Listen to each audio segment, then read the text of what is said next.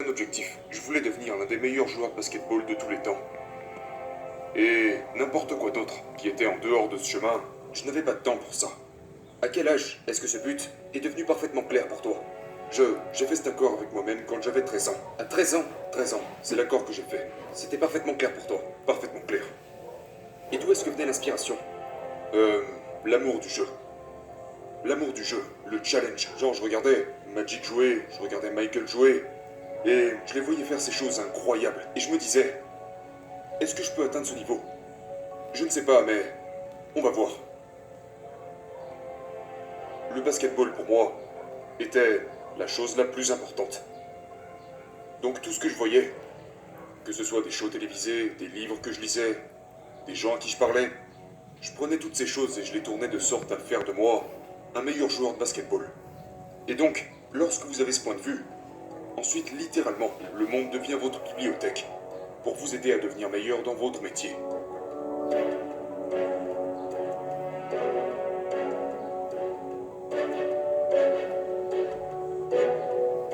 À 13 ans, j'avais une liste noire. Et donc, vous savez, il faisait ces classements. C'était le classement des joueurs dans le Street and Smith. Et j'étais carrément introuvable. Parce que je faisais genre 1m95, j'étais maigrichon et je pesais 70 kilos tout mouillé. Donc j'étais genre 57ème sur la liste. Et donc, je regardais le 56ème, le 55ème, tout en haut jusqu'au premier. Qui étaient ces joueurs? Pour quelle équipe jouaient-ils? Donc quand on est allé en compétition à la AAU, je devais les traquer. Vous voyez? Et donc c'est devenu ma mission au lycée. C'était de cocher chaque autre personne, tous ces 56 autres noms, de les traquer et de les faire tomber. Parce que mon but n'était pas d'être meilleur que toi à 13 ans, c'était d'être meilleur que toi quand les pions étaient vraiment en jeu.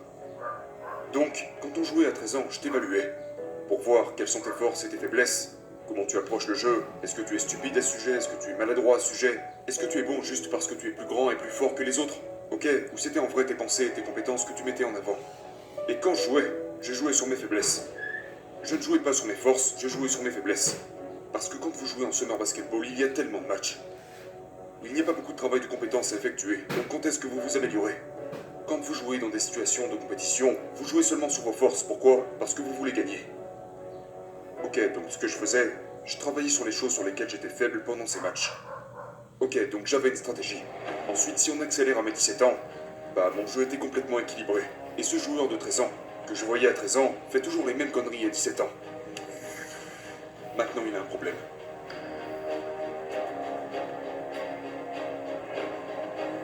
C'était un processus de tous les jours, d'essayer de comprendre les forces et les faiblesses. Par exemple, ma capacité de saut, ma détente verticale était de 1 mètre. Elle n'était pas de 1m15 ou 1m10.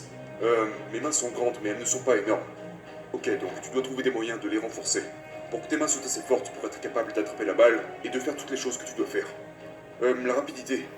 J'étais rapide, mais pas extrêmement rapide. J'étais vif, mais pas abusément vif. Ok, donc je devais compter beaucoup plus sur les compétences. Je devais compter beaucoup plus sur les angles. Je devais étudier le jeu, beaucoup plus. Mais j'appréciais ça. Donc genre depuis le début, où j'ai commencé à regarder des matchs, j'étudiais le jeu. Et ça n'a jamais changé.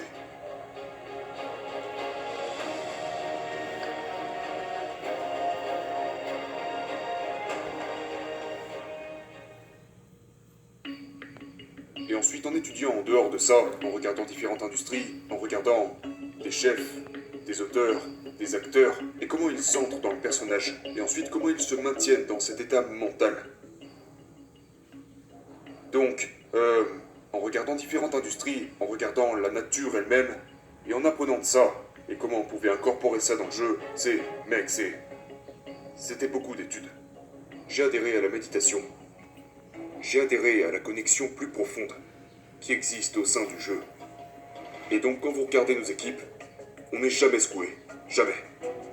Parce qu'on est toujours dans le moment, toujours dans le présent, toujours extrêmement calme, toujours en train de regarder la réalité pour ce qu'elle est, tout en ne laissant pas nos émotions troubler notre exécution.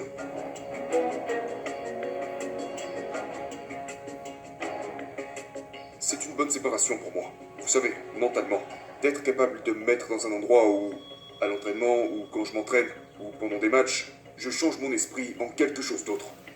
je change mon mode en quelque chose d'autre. Donc c'était mon ancrage mental. C'était comme un acteur qui se prépare pour un film. Vous devez vous mettre dans cette cage. Quand vous êtes dans cette cage, vous êtes ce personnage. Et quand vous partez, ça peut être quelque chose de complètement différent. Mais quand je suis dans cette cage, frérot, ne me touche pas, ne me parle pas. Juste, laisse-moi tranquille.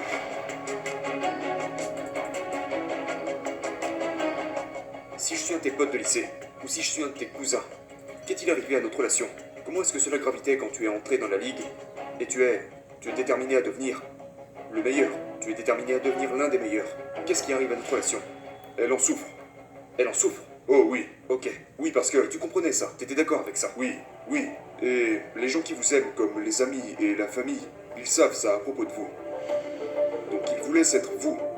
Et quand vous vous réunissez à nouveau, vous savez, vous reprenez là où vous vous étiez arrêté, mais ne vous y trompez pas. Tout ce qu'il y a entre deux est perdu. Donc c'est relation long terme, l'engagement de temps. Vous savez, prendre des... Genre, je vois beaucoup de joueurs prendre des vacances avec d'autres joueurs qui sont des amis proches. Juste prendre des vacances pour prendre des vacances. Ou juste traîner ensemble pour traîner ensemble. Genre, je n'ai jamais fait ça. Parce que quand je prends ma retraite, je n'ai pas envie de devoir me dire j'aurais aimé avoir fait plus. Je ne veux pas ça. Vous savez, je ne veux pas ça.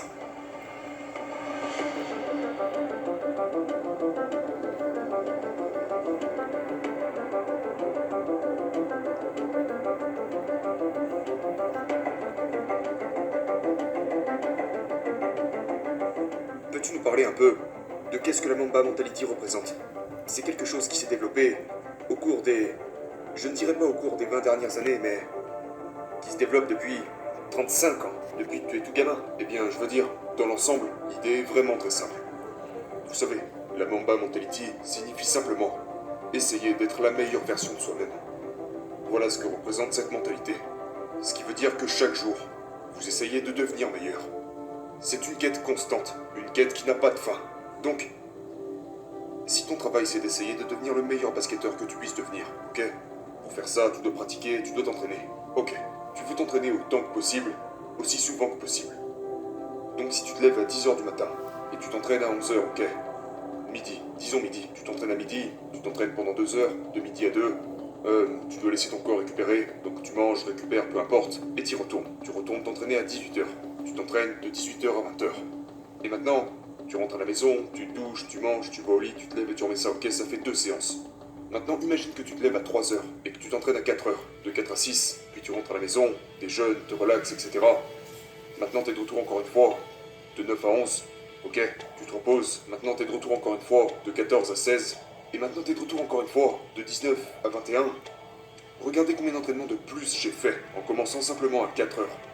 Ok, donc maintenant vous faites ça, et pendant que les années passent, la séparation que vous avez avec vos compétiteurs et vos pairs grandit et devient plus grande et plus grande et plus grande et plus grande et plus grande. Et quand vous arrivez à 5-6 ans, ça n'a plus d'importance quel genre de travail ils font pendant l'été. Ils ne rattraperont jamais le retard, parce qu'ils sont 5 ans derrière. Donc ça porte son sens de se lever et de commencer sa journée plus tôt, parce que tu peux abattre plus de travail. Est-ce que c'est génétique, ou est-ce quelque chose que t'as enraciné avec le temps? Non, c'était qui t'a appris ça. Pour moi, c'était juste du bon sens. Je peux, si je commence plus tôt, je peux m'entraîner plus d'heures. Et je sais que les autres gars ne le font pas, parce que je connais leurs horaires d'entraînement. Donc, je sais que si je fais ça, systématiquement, avec le temps, le décalage sera plus grand et plus grand et plus grand et plus grand et plus grand, et ils ne seront plus capables de rattraper ça.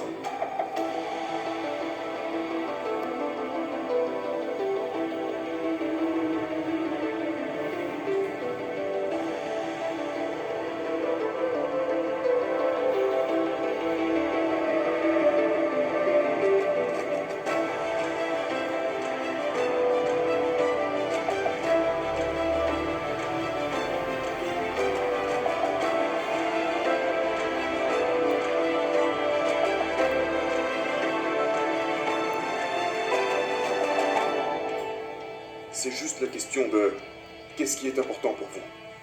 Qu'est-ce qui est important pour toi? Et pour une certaine raison, j'ai toujours eu l'impression que je ne me sens pas bien dans ma peau si je ne fais pas tout ce que je peux pour être la meilleure version de moi-même. Si j'avais l'impression d'avoir laissé quoi que ce soit sur la table, ça me rongerait de l'intérieur. Je ne serais pas capable de me regarder dans le miroir.